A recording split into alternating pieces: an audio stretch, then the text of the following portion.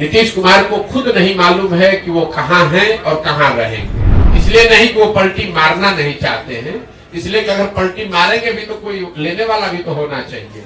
अब आज के तारीख में उनको कोई लेने वाला भी नहीं बचा है। 18 साल से मुख्यमंत्री रहने के बावजूद उन्होंने अपनी पार्टी में कभी कोई एस्टेब्लिश्ड ऑर्गेनाइजेशन या कोई सेकेंड लाइन लीडरशिप बनाया ही नहीं। अब नीतीश कुमार के साथ जाने का कोई सवाल नहीं है। नमस्कार, आप देख रहे हैं एक न्यूज़ 24 और मैं हूं आपके साथ श्वेता मिश्रा।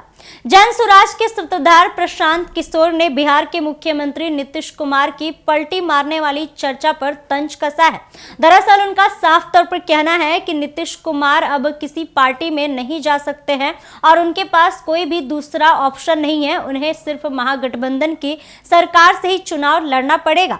बाकी इस पूरे मामले पर प्रशांत किशोर क्या कुछ कह रहे हैं, आप उनकी बातों को सुनिए। इस पर क्या प्रतिक्रिया आपने? देखिए, नीतीश कुमार के राजनीतिक जीवन का ये अंतिम दौर चल रहा है, राजनीतिक पारी का ये अंतिम दौर चल रहा है। नीतीश कुमार को खुद नहीं मालूम है कि वो कहाँ हैं और कहाँ रहेंगे। इतना मैं जरूर कह सकता हूं कि लोकसभा से पहले अब उनके पास कोई विकल्प नहीं है। उनको चुनाव तो महागठबंधन में ही लड़ना पड़ेगा।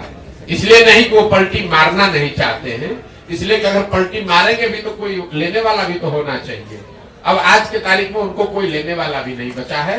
नीतीश कुमार राजनेता के तौर पर और जदयू दल के तौर पर अब बहुत बड़ा बोझ हो गया है। जो उसको उठाने का कोशिश करेगा वो भी उस बोझ के तहत नीचे दब के मर जाएगा।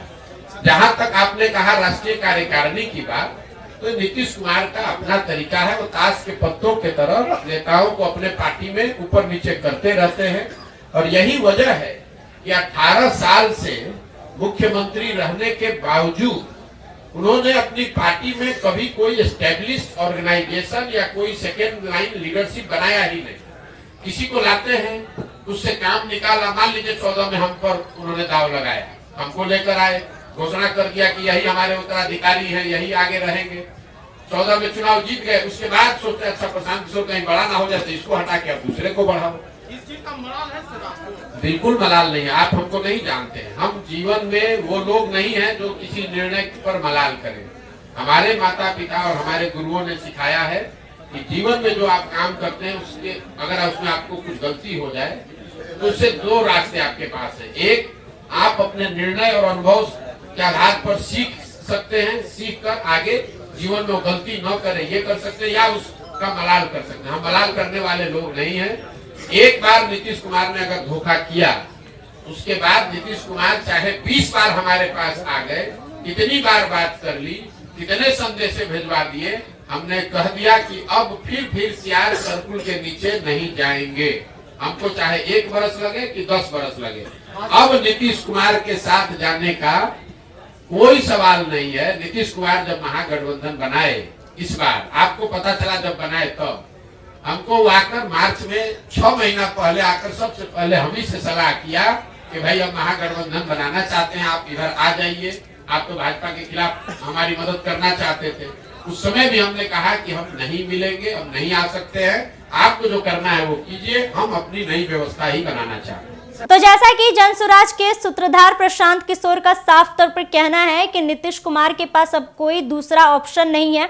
उन्हें महागठबंधन की सरकार से ही चुनाव लड़ना पड़ेगा। अगर वो कहीं जाते भी हैं तो उनको अब कोई भी नहीं लेगा। वहीं उनका ये भी कहना है कि 6 महीने पहले वो हमारे पास आए थे जब वो महागठबंधन की सरकार बना रहे थे और बोल रहे थे कि आप भी हमारे साथ आ जाइए। उस वक्त भी मैंने बिहार के मुख्यमंत्री नीतीश कुमार को मना किया था और इस बार भी मैं मना किया हूँ।